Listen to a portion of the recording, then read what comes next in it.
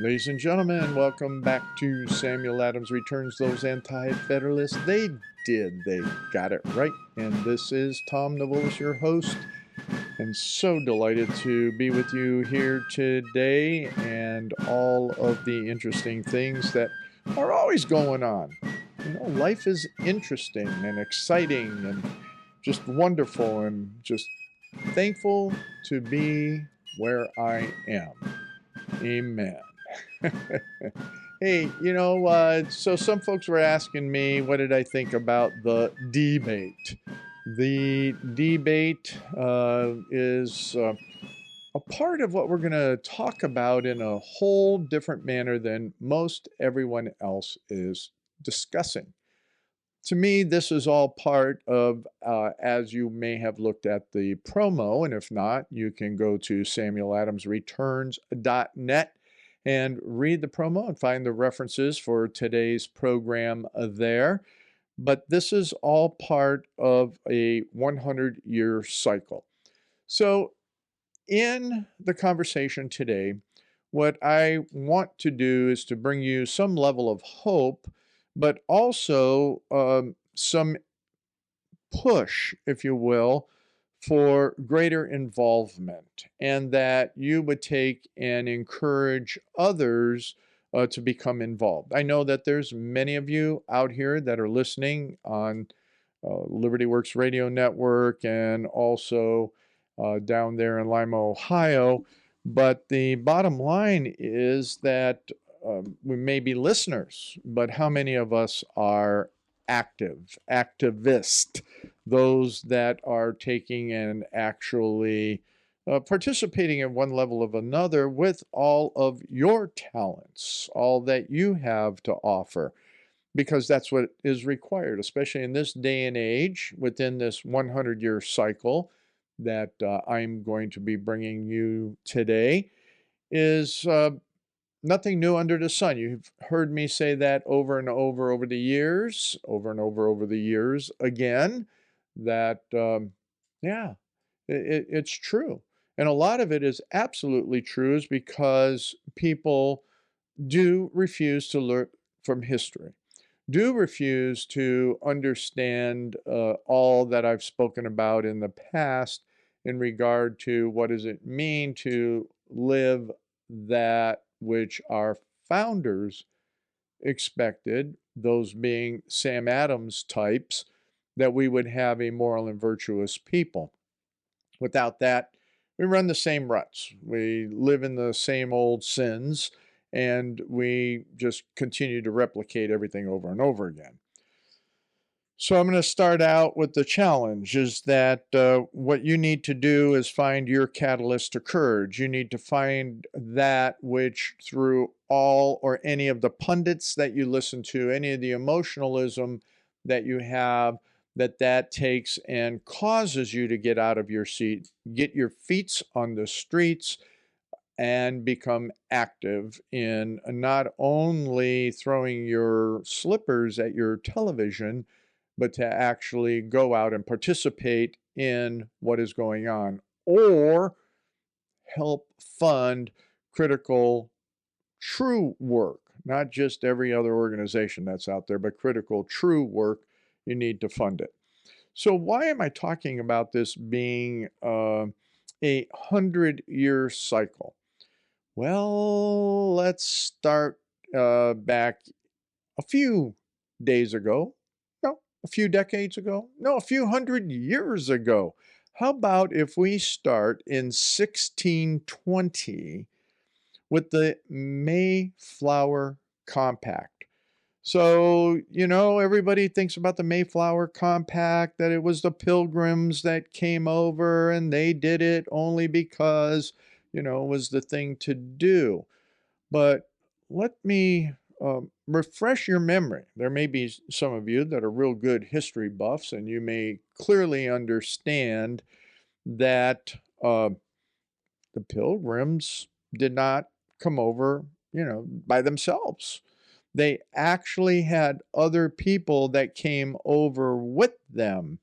Of the 102 passengers on the Mayflower, there were 50 men, 19 women, and 33 young adults and children.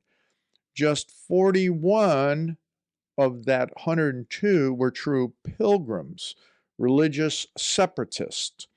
The others were considered common folk and included merchants, craftsmen, indentured servants. That means indentured servant. They were slaves. Get that? Orphans, and to the pilgrims, they were called strangers. Now, the pilgrims seemed to have a strong input in what was going on with this. They were going to go to Virginia. It's somewhere around the Hudson River, as they were called by the Virginia Company. They were supposed to go there, which was the northern part of Virginia, up the Hudson. But instead, lo and behold, they landed way off course, and they decided, okay, let's stick it out here. But folks, there was rebellion. There was rebellion between the strangers wanting to go exactly to that place that they said they were going to go to. So the defiant strangers refused to recognize any rules since there was no official government over them. They were outside the scope of their charter by landing where they did, up there in Plymouth, and therefore there was no government because the charter was not granted for that area. What do you do? And so you had these strangers refusing to recognize any rules, no government over them, and therefore William Bradford, he took and was quick, and the Pilgrims did something quick, and it came out to be the Mayflower Compact. Bradford wrote at some point, several strangers made discontent and mutinous speeches. So when you look at that number again, in that 41 of the 102, the Pilgrims are really a minority, but the leadership of Bradford put together something that was meaningful so that there could be a form of government, and that then being known as the Mayflower Compact. Well, Tom, what's that got to do with 2020? Discord, discontent, mutinous activity that happened, the lack of government whatsoever, outside the scope of government, those that wanted to just do their own thing, whereas the Pilgrims had a focus on what it meant to honor some form of government, to honor some form of framework by which the people should live. And that was what drove the Mayflower Compact, which in effect was the first real idea of self-governance that came about within the shores of America. Interesting stuff. Well, what's that got to do with the debates, Tom? I mean, we saw that. All right. So I'll digress for a moment. And the reality was, I didn't watch those debates because I predicted the outcome weeks ago, even a month ago when you knew. And it's going to be with the same thing with the next debates, if there is any, if Biden agrees to them or whatever. I mean, a Chris Wallace never Trumper against the president, the whole establishment of the media against the president. So there's never going to be a fair shake at the debates. The debates are not going to show the character of one person over another. As in a conversation that I had today, the gentleman brought out the idea that he heard, I guess it was on a Mark Levin program. Actually, this conversation was a couple days ago. And what was brought out was that, oh, geez, someone that watched the debates went into them not really knowing who Joe Biden was. And then after the debate, still didn't know who Joe Biden was or is, and therefore is going to vote for President Trump. Made the decision to do that. Well, that's interesting. So at least there was some kind of outcome from the debate that showed that there is no such thing as Joe Biden, and that there's no such thing as what that shell of a person is out there doing. But there is such a thing as Antifa. There is such a thing as the communist infiltration into Congress. There is such a thing as the socialist infiltration across America. There is such a thing as the enemy attacking. In fact, one of the articles that I just wanted you to take a quick look at as a result of the debate, and again, it's in the references at samueladamsreturns.net, and here it says it all right here. And this is because of the socialist, communists, Antifa, and all of the other entities. And China sells authoritarianism as salvation from embarrassing, chaotic debate. The headlines of this go that the Chinese state media denounced the first debate between President Donald Trump and former Vice President Joe Biden as the epitome of U.S. chaos, a representation of the sharp division within U.S. society, and a sign of American inferiority to authoritarian one-party communist China.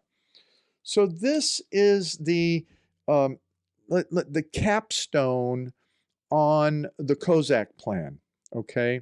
This is the capstone on what I've talked to you about in the past, and an article that was in the Federalist on Czechoslovakia, and how what we have seen within the context of the Kozak plan, which you can go reference again, go look it up in the search on samueladamsreturns.net, and you will see that the intent and the idea was to take and get elected to office and placed in the various bureaucracies as many socialists slash communists as you possibly can.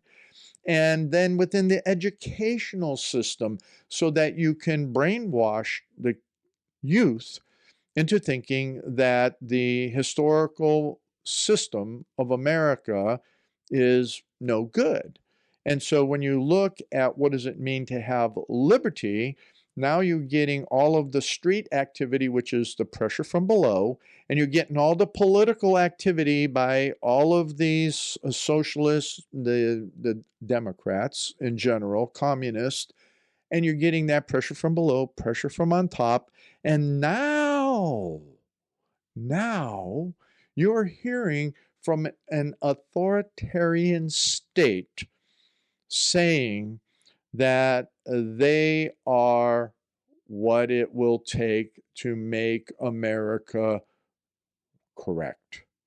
Not free, but correct on how to rule and dominate everything by a one-party communist system, to which, as I've told you before, in 2010, the Communist Party USA stated that they had completely taken over the Democrat Party and was working on the Republican Party. Now, we can see that very, very clearly in the media.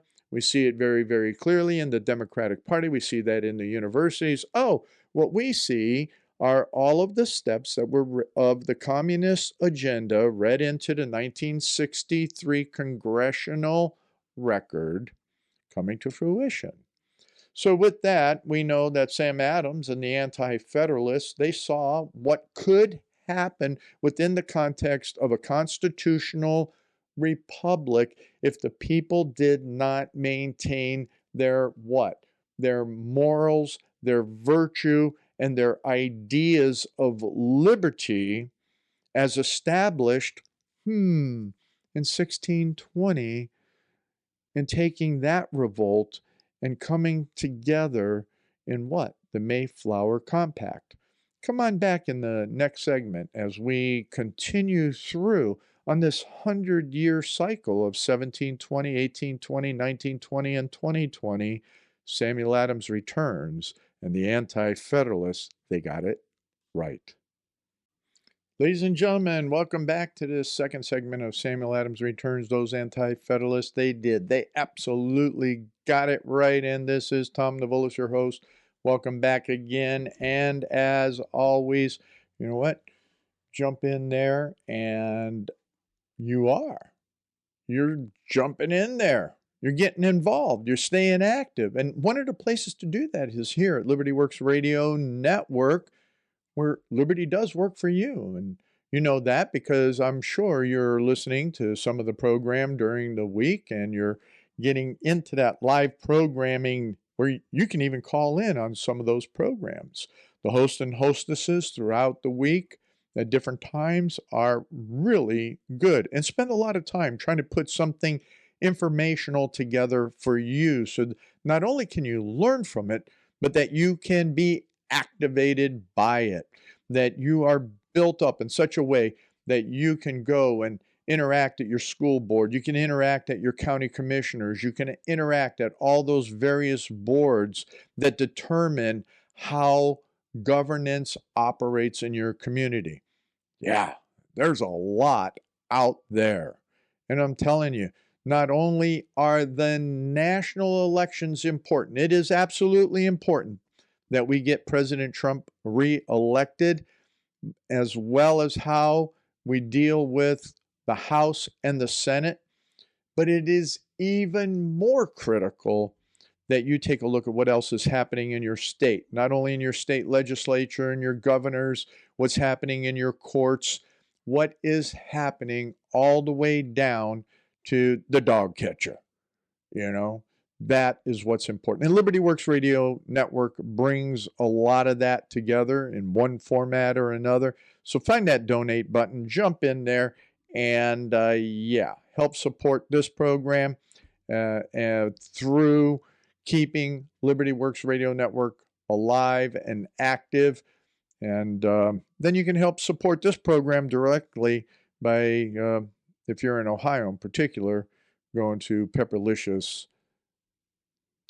That's pepper-licious.com. All right, so we're going to pick up. We moved through what we learned about and reviewed information on the Mayflower Compact. And then we move into the 1720s. 1720s, there was a lot going on. We were seeing that all but two colonies had their own elected legislatures.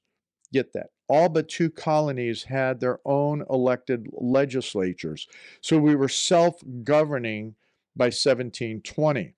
The things that cropped up that started Parliament in particular and started all of the mechanisms of mercantilism compressing in on the colonies was the fact that self-governance and then the issuance of paper money that came about, that in that time, 1720, that it was like, okay, how do we take care of our own banking? You know, what's going on that? And the idea of taking and putting together species, silver and gold, as a form of money versus paper money, there were a lot of controversies that occurred around that alone. And so that was something that was interesting, that was putting on these political pressures as much as the social pressures. One of the greatest events that began in 1720 that helped redevelop that our nation to bring it together was the Great Awakening.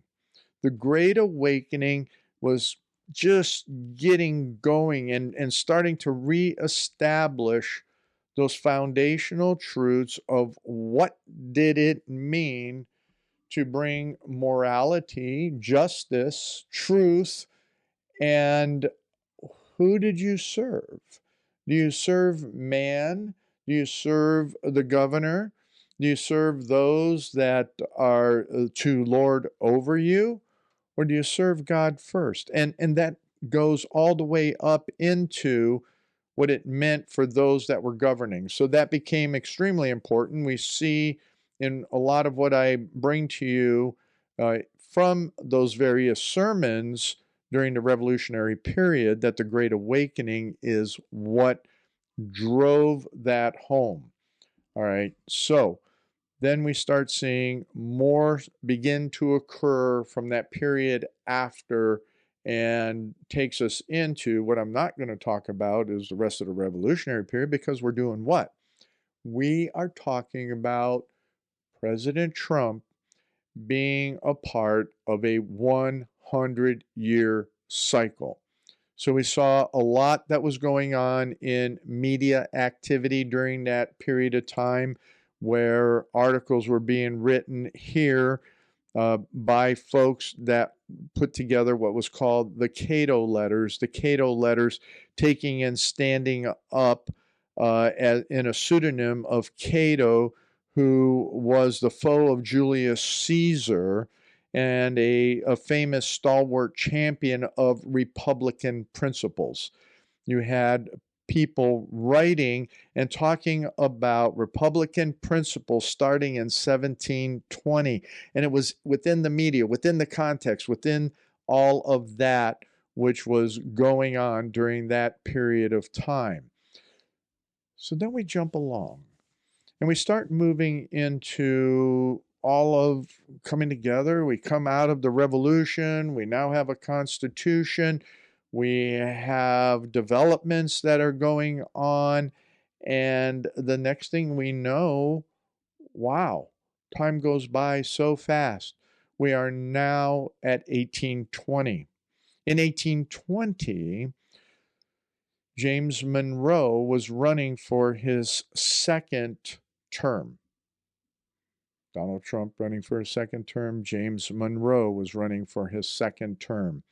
If we look at everything that was the catalyst around the history, the Missouri Compromise, Missouri coming in as a slave state or free state, Kansas coming in as a slave state, all that was happening there. We look at the split of what was going on in Massachusetts and Maine coming in as another state during that whole 1820s period.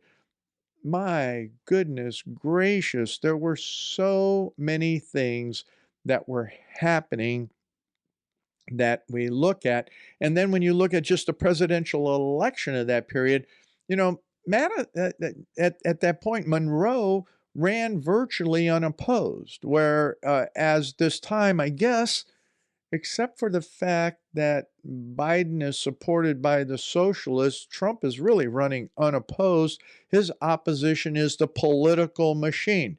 Guess what?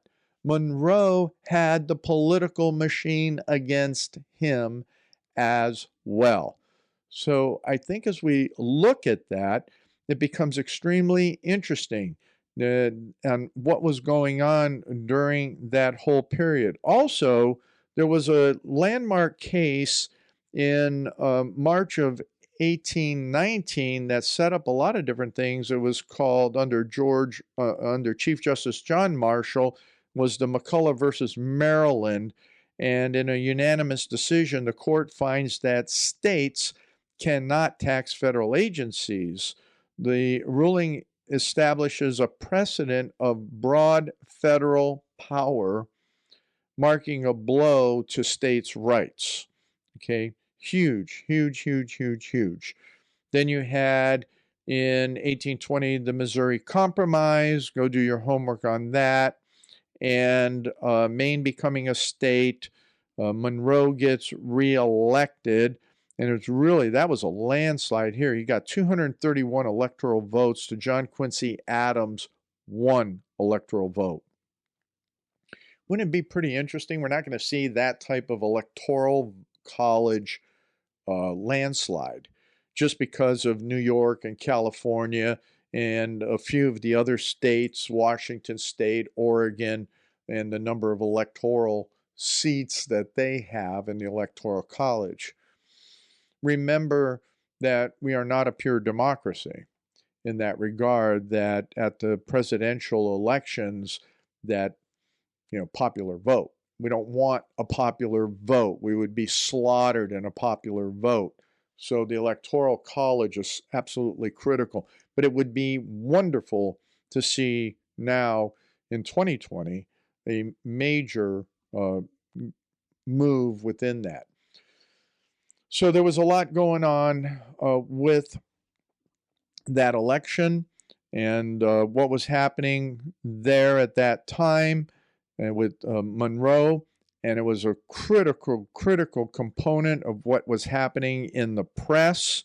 There was a lot of, gosh, just all of the other issues that were going on, where we're coming out of what was happening from the War of 1812 still. We were looking at all of the other political, social mess, and the fact that now we saw that we had this drop off from the Great Awakening, and we were in this lull of a spiritual place within America as well, and it was very disheartening to say the least. Let's jump ahead to the 1920s. But before we do that, let me do this, because what I wanted to bring to your attention is called the Labor Press Project. And to me, this is a communist group out of the Pacific Northwest labor and radical newspaper that's published on there at the University of Washington.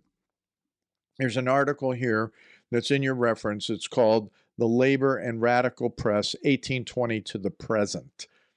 So here we have the radical press. We have Monroe, 1820, is taking and getting reelected. And the radical press starts coming out in that whole time of 1820. It denied access to established newspaper. The burgeoning labor movement of the late 1820s and early 1830s launched newspapers to provide a forum for the working man's voice. Born in antagonism to both merchant capitalist and mainstream press, labor leaders in Philadelphia and New York published the Mechanics' Free Press and the Working Man's Advocate, criticizing corrupt politics and demanding that capitalists and politicians alike reckon with working class men as citizens and the blood, bone, and sinew of the marketplace. Early labor papers commanded political and social recognition, calling for the reduced work hours, public education, and the abolishment of debtor prisons.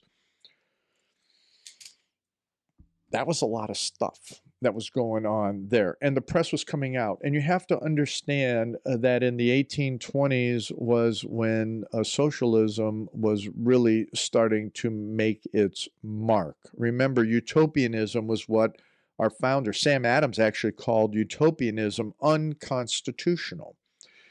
So now the press is changing, and we don't have in America anymore a King George to go after.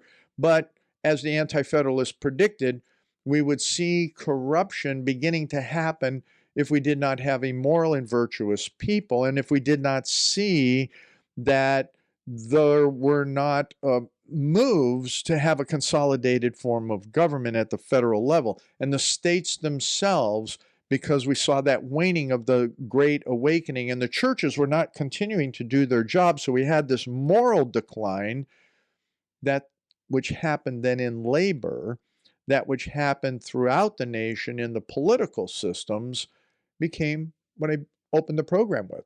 Nothing new. The corruption of mankind. A sinful mankind will always revert to their baseness. And that is something that Sam Adams continuously talked about. And we see that here in that 1820 transition. And the fact that there at the beginning in 1820, with the press, was very liberal and bringing in those values and mechanisms from the socialism that was coming about. We're going to touch on it in the next segment, what that economic plan was called, and then we're going to move into the 1920s and then 2020. So come on back when Sam Adams returns, because those Anti-Federalists, they did. they got it right, and they want you to get it right for 2020. Ladies and gentlemen, welcome back to this third segment of Samuel Adams Returns. Those anti-federalists, they got it right. And all my friends down there in Lima, Ohio with Soaring Eagle Radio, glad you're back with us. And we're just going to jump on in things because we got so much more to cover in this last few minutes of this program. This is Tom Navolis, your host. I don't remember if I said that or not, but I am saying it. And remember, all of the references for today's program are at samueladamsreturns.net. You know what? Check us out there on YouTube at the Samuel Adams Returns YouTube channel. You can find how to click to that because this video is up at YouTube and at samueladamsreturns.net. So you can follow us there, subscribe there, let your friends know about it, communicate to them, sign up for our newsletter, and get the word out. And then you can help us with the programming. For those in Ohio, please go to pepper-licious.com. Check out everything that we're doing there so that we can keep this program on the air. Kathy and I can keep doing what we're doing. Anyway, I ended the last segment with the Labor and Radical Press, 1820 to the present.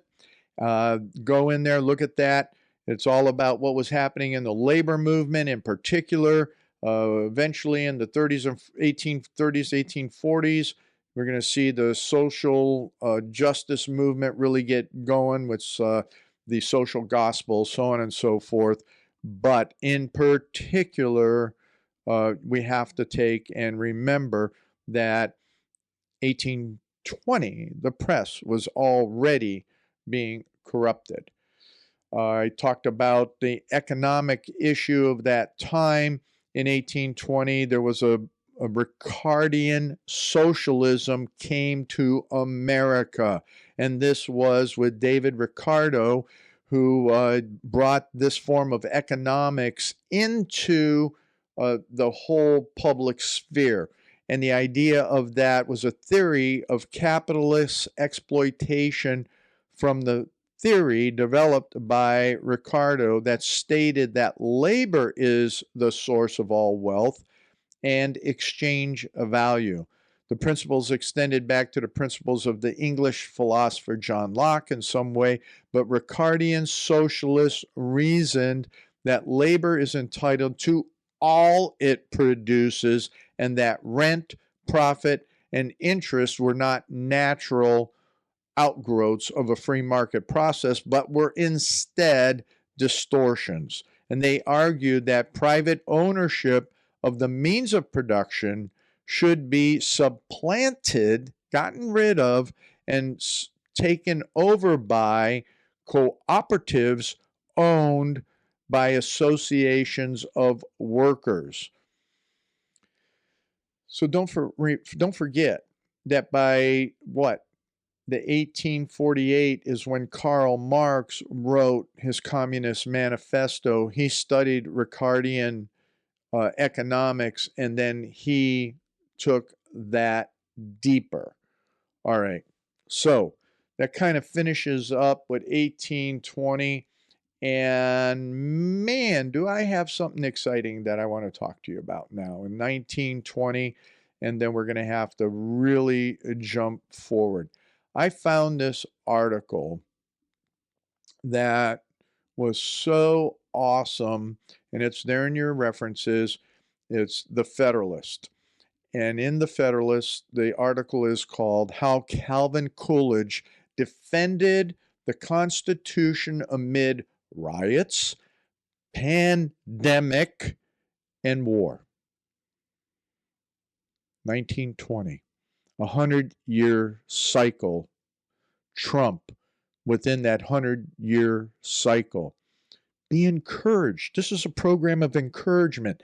This is, more than Jacksonian stuff, okay? When I saw this article, I thought, wow, folks, we need to be encouraged because Calvin Coolidge defending the Constitution amid riots all over the United States, 2020, hello, pandemic, and yes, war. So we have Donald Trump pulling us out of war. We have the crazy pandemic, the Chi-Com flu, and then we have all of these riots that were going on, and we have the Constitution under attack.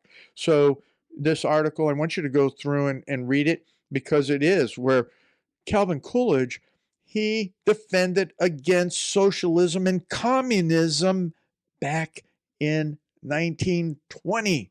Ladies and gentlemen, in 1920, the rise of communism in America, what was happening with all of the labor stuff, what was happening with all of the other enemies of our country, were there.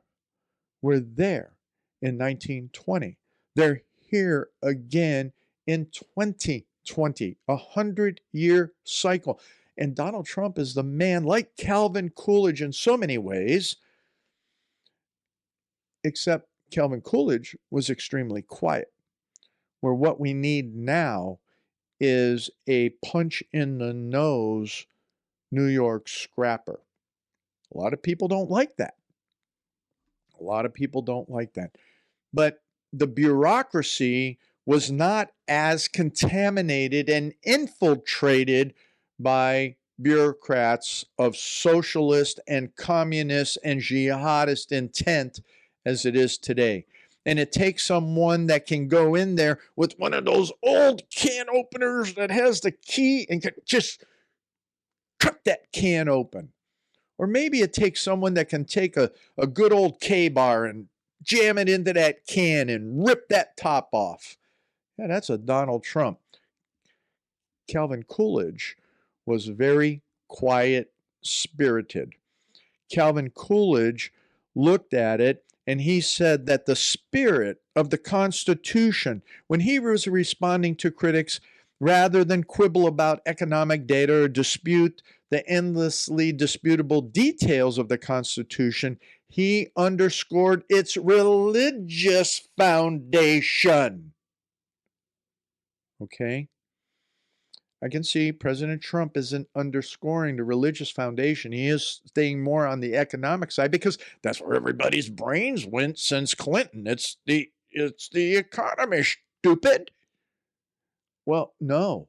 It goes back to everything that I go on this program from the very inception of Samuel Adams' idea that we need to have a religious and moral people. And that's where Calvin Coolidge went.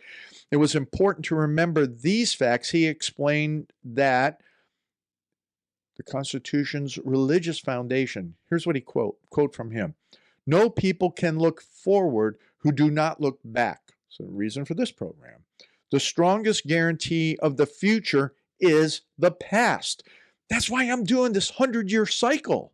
I was really excited about it to go back and look from 1620 in the Mayflower Compact to now 2020. And we can look at all of those various aspects of what happened in America. I mean, if you can't tell, if you cannot tell, this is one of the most exciting things. When I saw this, Coolidge asserted that the Great Awakening was influential in expanding the American view of individual liberty and rights. The Great Awakening and its truths were essential in the success of the American Revolution and the formation of the Constitution. He explained, quote, "The American Revolution represented the informed and mature convictions of a great mass of independent, liberty-loving, God-fearing people who knew their rights and possessed the courage to dare to maintain them." Ladies and gentlemen, I am imploring you, those out there that call yourselves Christians, I'm imploring you right here in this quote that was 100 years ago, have that spirit. Get to the fundamentals, truths, and principles of the Great Awakening in the 1720s that takes and is the mature convictions of a great mass of independent, liberty-loving, God-fearing people that know your rights, and here's the key, possess the courage to dare to maintain them. That's what it's going to take. I've got a whole bunch of information here on Calvin Coolidge, on his biography, Quiet Cal, I think is what his nickname, Silent Cal, for his quiet and steadfastness and his frugal nature. He was a governor there in Massachusetts. He was a serious young man. He studied. I mean, this is amazing on his political career. A lot of background information there. But folks, go find out. And what's most important is that as Coolidge looks through what was going on in the Roaring '20s, the attacks that were going on in America on the Constitution itself, which is exactly what we have going on right now with all these socialists and communists that are in the legislatures throughout the states and the federal government, within the bureaucracies, within the judiciary. Yeah, that's what he was dealing with too. He was dealing with the corruption that came forward with who was elected before him. It was interesting here. I'm going back through when he came to the White House during, I think, who was it? Harding died. And Harding brought in a whole corruption with him. So when I look at the whole point of the previous administrations, not just under Obama, but under Bush, the Bushes, Clinton, all of that, they brought so much corruption into the White House and into the bureaucracy that we now have Donald Trump taking and coming in and cleaning it up in, yes, a bombacious way, but that's what we need now instead of a quiet Calvin Coolidge, who was in there to hammer away and clean up the corruption that was there from Harding. Okay, Coolidge was against the League of Nations, which is the precursor to what we have in the United Nations. So Donald Trump, again, looking at doing that. And this is in something that is in your references talking about it. Coolidge was very popular throughout his presidency, no different than Donald Trump has been popular, populist president in so many different ways. It's uncanny with what was going on. The big difference is that you didn't have all of the, because Hollywood really was only getting going, you didn't have all of that elite coming after it. But I'm going to tell you that the Constitution was under attack, and he was able to take and fight for the Constitution of America.